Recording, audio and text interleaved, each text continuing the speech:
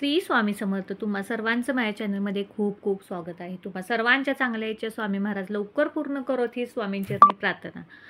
तर 8 मार्च शुक्रवारी आहे महाशिवरात्र. महाशिवरात्री दिवशी भगवान शंकर आणि माता पार्वतीच्या विधिवत पूजेला खूप महत्त्व आहे. या दिवशी शंकर व माता पार्वती यांचा शुभविवाहही झालेला आहे. त्यामुळे या दिवसाला महाशिवरात्र असे म्हटले जाते. महाशिवरात्र म्हणजे या दिवशी भगवान शंकर थोडा वेळ विश्रांती घेतात असंही संबोधलं जातं. या दिवशी आपण काही गोष्टी भगवान महादेवांना किंवा शंकरांना अर्पण केले असतात, त्याचा आपल्याला खूप फायदा होतो. तर या कोणत्या गोष्टी आहेत ते आज आपण या व्हिडिओमध्ये जाणून घेणार आहे. त्यासाठी व्हिडिओ कोणतेही स्किप न करता शेवटपर्यंत नक्की पहा. जर तुम्ही माझ्या चॅनेलवर नवीन असाल तर माझ्या चॅनेललाही सबस्क्राईब करा.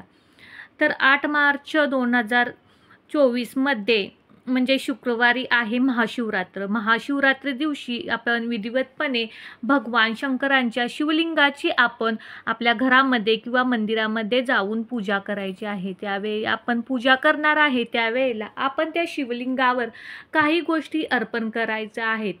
या गोष्टी अर्पण केल्यामुळे आपल्याला त्याचा फायदा किंवा त्याचा लाभ मोठ्या प्रमाणात होतो. कारण या दिवशी सर्वत्र मोठ्या प्रमाणात महाशिवरात्री दिवशी भगवान शंकर यांचं अस्तित्व असणार आहे पृथ्वी तलावर. त्यामुळे कोणतीही पूजा आपण या दिवशी केली तर त्याचं जास्त पटीनं फळ ह्या दिवशी आपल्याला मिळणार आहे. म्हणून या दिवशी आपल्याला शिवलिंगावर पुढील गोष्टी अर्पण करायची आहे. त्यामध्ये पहिली गोष्ट आहे ती म्हणजे भस्म. बघा, भस्म जर आपण शिवलिंगावर अर्पण केलं तर त्याचा खूप मोठा फायदा आपल्याला मिळणार आहे. भस्म अर्पण करायचं आहे. माता पार्वती जेव्हा सती गेल्या तेव्हा त्या जळून राख झाल्या किंवा भस्म झाल्या. तेव्हापासून त्या महादेव आपल्या कपाळी भस्म लावतात असं समजलं जातं. म्हणून या दिवशी आपल्या जवळपास मंदिरात किंवा आपल्या घरातील शिवलिंगाला आपण आवर्जून भस्म अर्पण करायचे आहे किंवा भस्म लावायचं आहे. त्यानंतरचं दुसऱ्या गोष्ट आहे ती म्हणजे बेलपत्र. महादेवाच्या पूजेमध्ये किंवा शिवलिंगाच्या पूजेमध्ये बेलपत्राला अनन्यसाधारण महत्त्व आहे. बेलपत्राशिवाय महादेव शंकरांची कोणतीही पूजा अपूर्ण आहे. बेलपत्र जे आहे ते बेलपत्र हे आपल्याला 3 पानाचं घ्यायचं आहे. त्याचबरोबर त्याचा देठ खुडून घ्यायचा आहे. न तुटलेलं न फाटलेलं पान जे आहे त्याचा गुळगुळीत भाग शिवलिंगावरती ठेवायचा आहे व जो खरबडीत भाग आहे तो वरती करूनच आपल्याला हे शिवलिंगावर अर्पण करायचं आहे. बेलपत्र अर्पण करताना बेलपत्र हे नेहमी उरपाटे अर्पण करायचं असतं. जर तुम्ही कथा ऐकली असेल, एकदा एक शिकारी जंगलात शिकार करण्यासाठी गेलेला असताना त्या शिकारीच्या शोधेत तो एका झाडावरती बसतो आणि शिकार काय लवकर मिळत नाही. त्यामुळं तो त्या झाडावरची पाने तोडून खाली टाकत असतो. ते झाड असतं बेलाचं आणि ते बेलपत्र आहे तो तोडून खाली टाकत असतो. त्यावेळेलाच ते बेलपत्र आहे ते शिवलिंगावर पडत असतं. त्यावेळेला त्यांना भगवान शंकरांनी दर्शन देऊन त्यांच्या पूजेवर प्रसन्न झाले व त्यांना भगवान शंकरांनी दर्शन दिले. म्हणून भगवान शंकरांच्या पूजेमध्ये बेलपत्र खूप महत्त्वाचे आहे. त्यानंतरचं तिसरं आहे ते म्हणजे रुईच्या झाड किंवा फूल.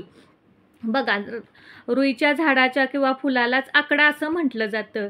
जो हा आकडा किंवा रुईच्या झाडाचं फूल आपण जर भगवान शंकरांना अर्पण केलं तर आपल्याला खूप जास्त पटीनं त्याचा फळ मिळतं किंवा आपल्या ज्या अडीअडचणी आहेत त्याही लवकर संपतात. त्यानंतर आहे गाईचं दूध. गाईचं शिवलिंगावर जेव्हा आपण अभिषेक करणार आहोत त्यावेळेला आपण गाईचं कच्चं दूध आपण शिवलिंगावर अर्पण करायचं आहे. यामध्ये तुम्ही ग्लासभरही करू शकता किंवा 2-3 चमचेही आपण ओम नमः शिवाय या मंत्राचा जप करत हे दूध अर्पण करायचं आहे. फक्त हे दूध जे आहे ते दूध कच्चे असावे, तापवलेले नसावे. कच्च्या दुधाचा अभिषेक खूप फायदेशीर आहे. अभिषेकामध्ये गाईच्या दुधाचा वापर करणे खूप गरजेचं आहे आणि त्याला खूप महत्त्व आहे. त्यानंतर चंदन हा एक थंड पदार्थ आहे. जो आपण शिवलिंगावर अर्पण करू शकतो. सुख, समृद्धी, आनंद घरात राहण्यासाठी आपण शिवलिंगावर चंदन अर्पण करू शकतो. त्यानंतर गंगाजल. महाशिवरात्रीच्या दिवशी शिवलिंगावर गंगाजल अर्पण करावे. जर आपण शिवलिंगावर गंगाजल 4-5 चमचे जर घातले तरी आपल्या घरातील किंवा संकटातून आपल्याला मुक्ती, मोक्ष मिळतो. आपली प्रत्येक संकटातून सुटका होते.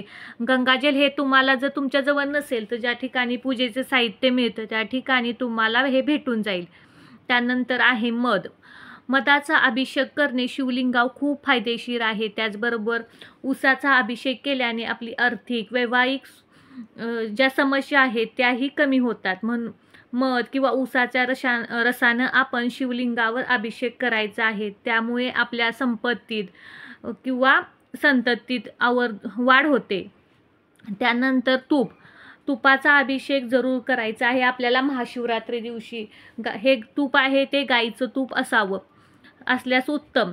तुपाचा अभिषेक केल्यामुळे आपल्यात वंशवृद्धी होते. त्यामुळे शिवरात्रीला आपण आवर्जून तुपाचा अभिषेक करा. त्यानंतर आहे शमीचं पान किंवा फूल. शमीचं पान किंवा फूल शिवलिंगावर अर्पण जरूर करावे. जेवढे बेलपत्राला महत्त्व आहे तेवढे शमीच्या पानाला किंवा फुलाला महत्त्व आहे. त्यामुळे या दिवशी तुम्हाला कोठेही शमीचं पान किंवा फूल भेटलं तर ते तुम्ही शिवलिंगावर आवर्जून अर्पण करा. त्यानंतर कण्हेरीचंही फूल जे आहे तेही महादेवांना खूप प्रिय आहे. या दिवशी तुम्ही कण्हेरीचं फूल, त्याचबरोबर धोत्र्याचं फूल किंवा फळ जे आहे ते आपण महाशिवरात्री दिवशी शिवलिंगावर अर्पण करू शकतो. अशा प्रकारे आपण मी जे काय सांगितलेले आहेत अर्पण करायला त्यापैकी तुम्हाला कोणतंही एक पान मिळो किंवा फळ मिळो किंवा फूल मिळो, 1, 2, 3 असं तुम्ही शिवलिंगावर अर्पण करू शकता. जर तुम्ही मंदिरात गेलात त्या ठिकाणी अर्पण केलं तरीही चालते किंवा तुमच्या घरातील शिवलिंगावर जरी ह्या वस्तू अर्पण केल्या तरीही त्याचं फळ तुम्हाला मिळतं. या दिवशी शंकर भगवान पृथ्वी तलावर कार्यरत असतात. त्यामुळे या दिवशी केलेल्या आपल्या भक्तीचं किंवा सेवेचं फळ आपल्याला कोट्यावधीमध्ये मिळतं. आपण केलेली भक्ती या दिवशी वाया जात नाही. भगवान शंकर हे भोलेनाथ आहेत. ते आपल्या भक्तांच्या मदतीला हाकेला धावून येतात. त्यामुळे महाशिवरात्री दिवशी आपण जास्तीत जास्त भगवान शंकरांची सेवा करावी. त्याचबरोबर ओम नमः शिवाय या मंत्राचा जप करावा. त्याचबरोबर मृत्युंजय मंत्राचाही जप तुम्ही या दिवशी करू शकता. जर तुम्हाला माझा हा व्हिडिओ आवडला असेल तर व्हिडिओला लाईक करा, शेअर करा, कमेंट करा. तोपर्यंत श्री स्वामी समर्थ.